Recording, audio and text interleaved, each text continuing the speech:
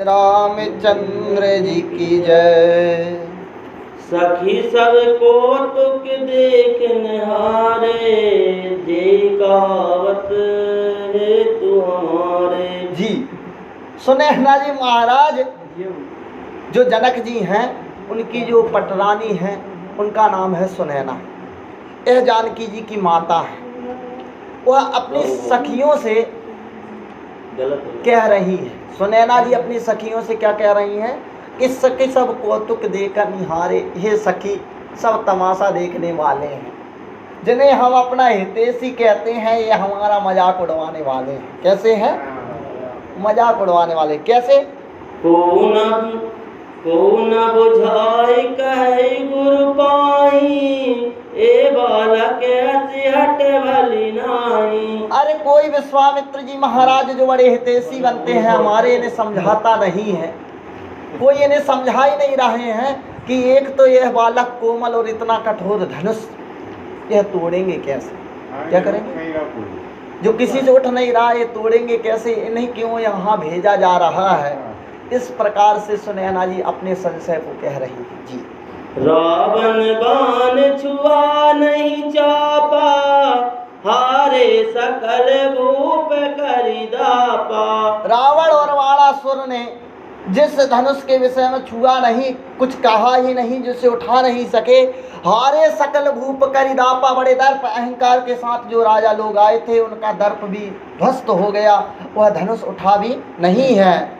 सो धनुराज कुंवर कर देई, बाल मराल की मंदर ले। सो धनु, क्या वह छोटा सा धनुष एक छोटे से बालक से उठ सकता है? कभी उठने वाला? क्या कभी एक छोटा सा हंस जो है वह मदिराचल पर्वत को, एक पर्वत को अपने ऊपर उठा सकता है? ऐसा होने वाला नहीं है। जी भूप सयान पे सकल सिरानी, सखी विधि गति कछु जात न जानी। अरे भैया, यह राजा की समझदारी तो पूरी घटी गई है। राजा तो अब समझदार बचे ही नहीं है। भूप सयानप सकल सिरानी, सखी विधि गति कछु जाति न जानी। यदि विधाता टेढ़ा हो जाता है तो संसार भी कैसा हो जाता है? प्रतिकूल कार्य करने लगता है, भाई शत्रु बन जाता है। जो दाम है वो क्या हो जाता है? सर्प के समान हो जाता है, जब क्या हो? विधाता टेढ़ा बस हो जाए। जी बोली चतुर सखी मृदुबानी, तेजवंत लघु गनय नरानी। बोली चतुर सखी। अब जो सखी थी वो भी चतुर थी। जब सुनैना जी ने यह कहा, जैसे बात बड़ी मर्म की है, यह संसार में भगवान कर्तुम अकृतुम अन्यथा कर्तुम सर्व समर्थ है। भगवान कुछ भी कर सकता है, पर आपकी आंखें विश्वास नहीं कर सकती। क्या नहीं कर सकती? तो ये आंखों को सदैव ही जीवन में भगवान के प्रति संशय रहा है, तो इनका नाम ही सुनैना है, तो इनका संशय होना कोई बड़ी बात नहीं है। तो वह सखी बोली चतुर सखी मृदुवानी, बड़ी कोमल वाणी में कहती है कि तेजवंत लघु गनीय नरानी। हे रानी, जिसमें तेज होता है उसे छोटा नहीं समझा जाता। जिसके पास तेज होता है उसे कभी छोटा नहीं समझा। जैसे कहे कुंभज कहे सिंधु अपारा, सो सुजस सकल संसारा। एक छोटे से घड़े से उत्पन्न हुए थे कौन? अगस्त्य जी महाराज। अगस्त्य जी की उत्पत्ति कहाँ से है? घड़े से। घड़े से उत्पन्न हुए थे श्री अगस्त्य जी महाराज। मित्रावरुणी ऋषि थे। मित्रावरुणी ऋषि जो थे तपस्या कर रहे थे। उसी समय जो है अप्सराएं वहाँ पर नृत्य इत्यादि करने लगी, तो उनका जो है वीर स्खलित हो गया। तो उन्होंने उस वीर को जो है घड़े में रख दिया, तो बिना स्त्री के ही पुत्र की उत्पत्ति हो गई। किसके? नारी की कोई आवश्यकता ही नहीं पड़ी। तो पुत्र ना अवला कर सके, अवला पुत्र नहीं उत्पन्न कर सकती, पर पुरुष चाहे तो कर सकता है। इसका प्रमाण शास्त्रों में पहले ही आ गया। तो मित्रावरुण का जो था उसके द्वारा किसकी उत्पत्ति हो गई? अगस्त्य जी की। तो वह जो स्खलन था वह किस में रखा गया था? घड़े में। तो घड़े से उत्पन्न हुए कौन? अगस्त। और उन्हें कहा गया कुंभज। कुंभ माने होता है घड़ा, तो कुंभ से जो की उत्पत्ति हो उसे कहेंगे कुंभज। तो क्या कुंभज कहाँ अगस्त ऋषि और कह सिंधु अपारा, और जिसका कोई पार ही नहीं हो कहाँ समुद्र, सो से सुजस सकल संसारा। इसके विषय में संसार में कई कथाएं हैं। एक कथा इस प्रकार की श्रवण की कि अर्घ देने जाते थे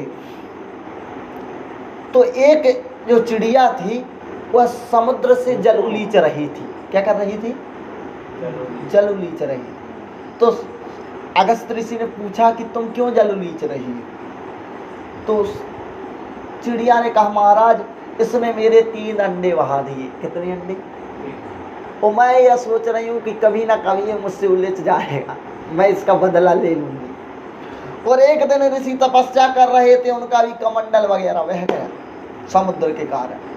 तो उन्होंने कहा ओम केशवाय नमः, ओम नारायणाय नमः और ओम माधवाय नमः। 3 बार लिया तो समुद्र जो है सो गया, वो पेट में चला गया। कहाँ चला गया? तो जिसकी उत्पत्ति किससे हो? घड़े से हो, वह समुद्र को पी गया। इसका अर्थ क्या है कि देखने में जो छोटा लगे उसे कभी छोटा नहीं समझना चाहिए। तेजवंत लघु गणीय नरानी, तेजवान व्यक्ति को कभी क्या नहीं समझना चाहिए? छोटा नहीं समझना। और जो मारवाड़ी जो है, मारवाड़ी जो संसार में बहुत प्रसिद्ध वैश्य हैं, उनसे कहो कि तुम ब्राह्मण हो तो कोई तुम छोटे हो चाहे बड़े हो, कि तुम आगी हो, क्या हो? अग्नि के समान हो। अग्नि छोटी हो चाहे बड़ी हो, कोई भी जला सकती है, तो वह अग्नि कहते हैं। उनके यहाँ की पूजा में वो सब बहुत द्रव्य वगैरह चढ़ाते हैं, वह धार्मिक होते हैं। और वो नौकरी कम न करते हैं पर वैश्य बड़े वृत्ति ज़्यादा करते हैं मारवाड़ी लोग। शायद सुना हो आपने, गुजरात राजस्थान साइड को बहुत अधिक है। तो मारवाड़ी जो हैं वो कहते हैं कि अग्नि के समान होता है ब्राह्मण। किसके समान? चाहे तो किसी को भी जला सकता है। तो कि तेजवंत लघु गणीय नरानी, तो जिसने समुद्र को पी लिया, ऐसे अगस्त्य जी भी कोई बड़े नहीं थे, जबकि समुद्र बहुत बड़ा था। जी। रवि मंडल देखत लघु लागा, उदयता सुतिवन तम भागा। रवि मंडल सूर्य देखने में छोटा लगता है तो बहुत बड़ा। इस बात को गोस्वामी भी जानते थे, इसलिए कहा लगता वस है तो बहुत विशाल। तो रवि मंडल देखत लघु लागा, देखने में कितना छोटा लगता है। और उदयता त्रिभुवन तम भागा, और यदि वो उदित हो जाता है तो त्रिभुवन में फैला हुआ विराट जो अंधेरा है वो नष्ट हो जाता है। जी। मंत्र परम लघु जासुवस, विधि हरिहर सुर सर्व। महामत गजराज कहूँ, बस कर अंकुश खर्व। लखन सिया राम चंद्र शंकर हरि ओम। जय जय सिया राम, जय जय हनुमान। संकट मोचन कृपा निधान।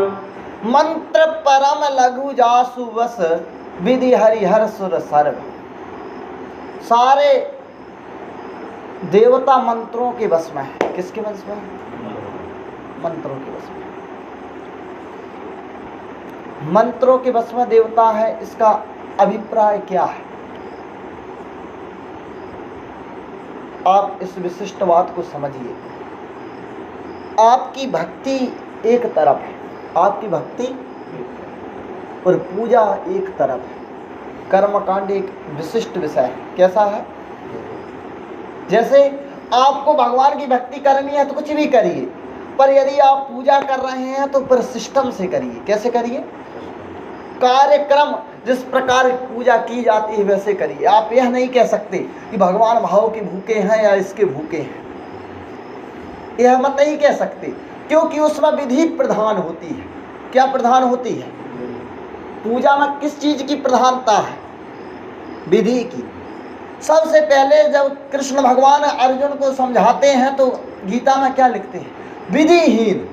यदि आप कोई भी कर्मकांड पूजा पाठ करा रहे हैं और वो विधिहीन है तो ठीक नहीं है। विधिहीन मसृष्टान्नम, बिना अन्नदान के आपने कोई पूजा करवा दी तो फलित होने वाली विधिहीनम असृष्टान्नम मंत्रहीनम, यदि पूजा हो रही है और मंत्र नहीं बोले जा रहे हैं तो उस पूजा का कोई फल। विधिहीन मसृष्टान्नम मंत्रहीनम अदक्षिणम, और दक्षिणा भी नहीं दी गई तो भी वह पूजा फलित होने वाली। आप समझिए, विधिहीन मसृष्टान्नम मंत्रहीनम मदक्षिणम श्रद्धा विहृतम, और यदि आपकी श्रद्धा नहीं है पूजा में तो तामसम परिचक्षते, तो वह तामसिक यज्ञ है, उसका ज़्यादा फल। अर्थात विधि की प्रधानता किसमें होती है? कर्मकांड में। और इस संसार में 3 देवताओं से हर व्यक्ति को बचना चाहिए। कितने देवताओं से? 3 के हम सामने ना आए, इनसे बचे, इनकी पूजा में सतर्कता रखें। कौन कौन है? एक है महाकाली, एक है महारुद्र, रुद्र भी कोई ऐसे देवता, और तीसरी है शनि। कितने देवता हैं? आप विशिष्ट समझिए कि 3 देवताओं से बचना चाहिए। जैसे कोई साधारण सरल आदमी है, आप गलती कर दीजिए तो वह आपको क्षमा कर देगा क्योंकि वो सरल है। और यदि कोई डेंजर आदमी हो और आप गलती करिए तो तुरंत आपकी क्या पकड़ लेगा? नटाई पकड़ लेगा, दबा लेगा। तो यह तामसिक देवता है। कैसे देवता है? तामसिक देवता है। तामसिक देवताओं की पूजा कैसे करनी चाहिए? कैसी करनी चाहिए? तामसिक देवताओं की जो पूजा है वो सावधानी के साथ करनी। इनकी पूजा ऐसी नहीं है। क्यों? क्योंकि सरल आदमी माफ कर सकता है, पर यह है कैसे? डेंजर। ये गुंडा है, आप समझिए, इनको इस भाव में लीजिए कि बहुत डेंजर देवता, तामसिक देवता है। इनके पास बहुत उच्च कोटि के पावर है और ये ज़्यादा गुस्से में ही रहते हैं। तो इनसे आपने गलती की तो क्या कर देते हैं। इसलिए आप याद रखिएगा कि शंकर जी की जो पूजा की जाती है उसमें माफ़ी नहीं मांगी। क्या नहीं है? आप यह नहीं कर सकते। जैसे कि कई जगह पर शंकर जी का स्थान बताया गया। जैसे आपने शायद देखा हो, जो जिससे तिल निकलता था, जिसे बीच में रखते थे, उसे क्या कहते हैं? कोल्हू। कोल्हू में शंकर जी का वास है। आपके यहाँ किसी को ऐसा कोई व्यक्ति हो, कोल्हू को आप गड़वा दीजिए, आपके घर का नाश शुरू हो जाएगा। क्यों? क्योंकि कोल्हू के देवता शंकर भगवान है। कौन है? और शंकर भगवान के साथ गलती कर दिए तो माफ़ी की तो फिर इच्छा ही छोड़ दो। क्या कर दो? माफ़ी आप नहीं मांग सकते हैं। तो कहने का अभिप्राय है कि मंत्र परम लघु जासु वस विधिहीन। सबसे पहले का मंत्रहीन व दक्षिण। मंत्रहीन, यदि आप पूजा कर रहे हो मंत्र नहीं है तो उसका कोई अधिक फल होने वाला, क्योंकि मंत्र के वश में देवता है। किसके वश में? देवता। पर भगवान रक्षा करे इन फोटोग्राफर वालों से। ये गणेश जी को तो पूजा में बैठने ही नहीं देते। गणेश जी बैठते हैं कि इधर हो जाइए गुरु जी, ऐसे हो जाइए, ऐसे हो जाइए, ऐसे करिए, और जूता पहन के चले आ रहे हैं। अर्थात ले देकर विवाह में इस समय आधुनिक समय में जैसा तहस नहस हो रहा है भगवान गणेश जी का, गणेश जी को तो ऐसे ले लेते हैं जैसे कि उन्हीं का छोटा मोटा बालक, ऐसे उन्हें कुछ समझते ही नहीं है। तो मंत्र परम लघु जासु बस विधि हरि हर सुर सर्व। सारे देवता मंत्रों के अधीन है। किसके? मंत्रा देवाधीनम जगत सर्वम। यह सारा संसार देवों के अधीन है। किसके अधीन है? यदि हवा ना चले तो कुछ होने वाला, सूर्य ना आए तो अनाज होने वाला, यदि जल ना हो तो जीवन में प्राण व्यक्ति को प्राप्त होने वाला। तो देवताओं के अधीन यह संसार है। देवाधीनम जगत सर्वम मंत्राधीनस्तु देवता। और मंत्र किसके अधीन है? देवों के अधीन यह संसार है और देव मंत्रों के अधीन है। और मंत्राधीनस्तु देवता ते मंत्र ब्राह्मणाधीनम। वह मंत्र ब्राह्मण के अधीन है, इसलिए तस्मात् ब्राह्मण देवता। इसलिए ब्राह्मणों को देवता कहा गया है कि यह चाहे तो देवताओं को बुला दें। कि महामत्त गजराज कहू बस कर अंकुश गर्भ बड़ा हाथी हो। और छोटा सा अंकुश होता है और किसको वश में कर देता है? हाथी को वश में कर देता है। हे रानी, जिसके पास तेज हो आप उसे कभी छोटा नहीं समझना चाहिए। जी आगे बढ़ो।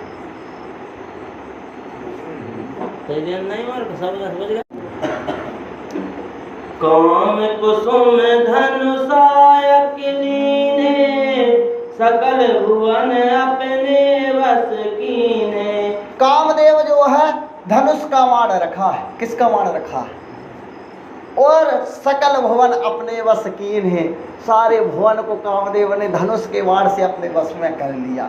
तो क्या आप कामदेव को छोटा समझेंगे?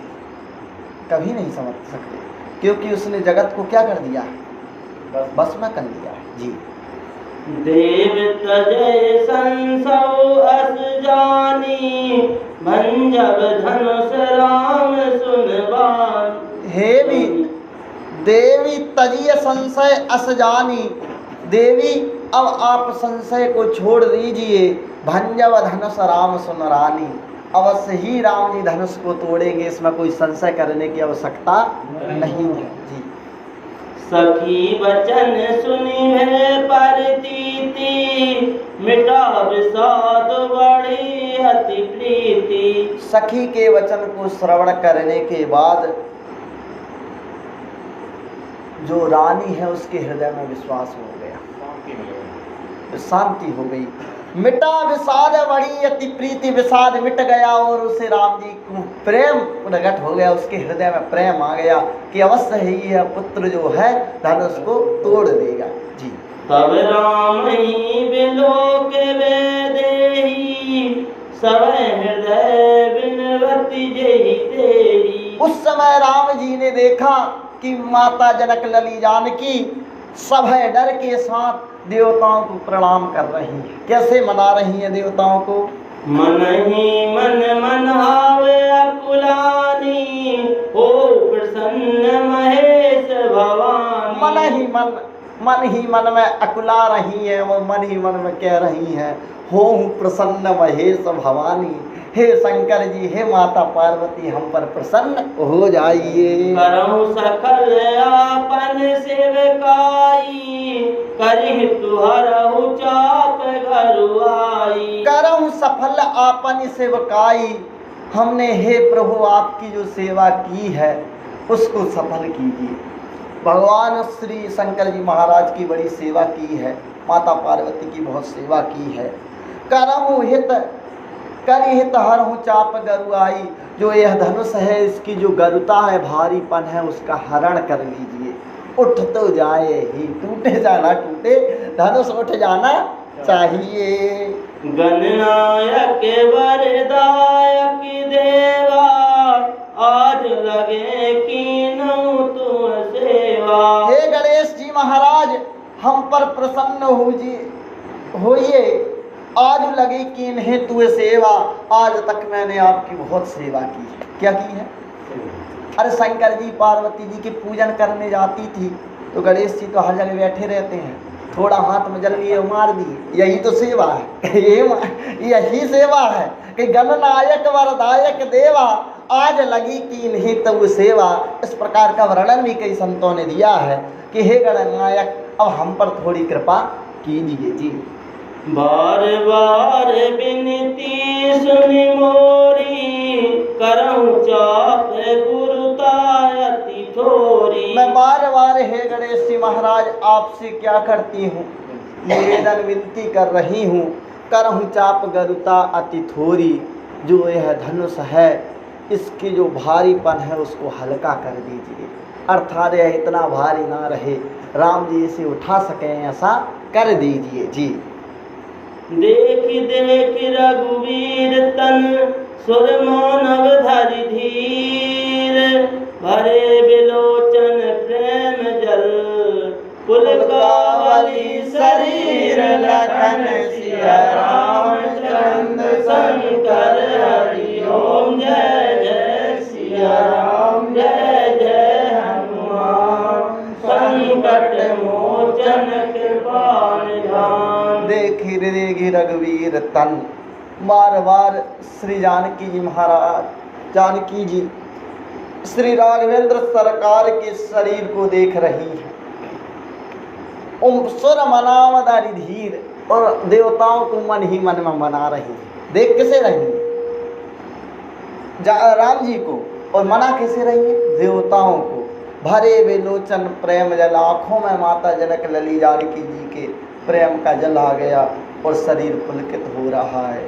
सियावर रामचंद्र जी की जय। पवन सुत हनुमान जी की जय। उमापति महादेव की जय।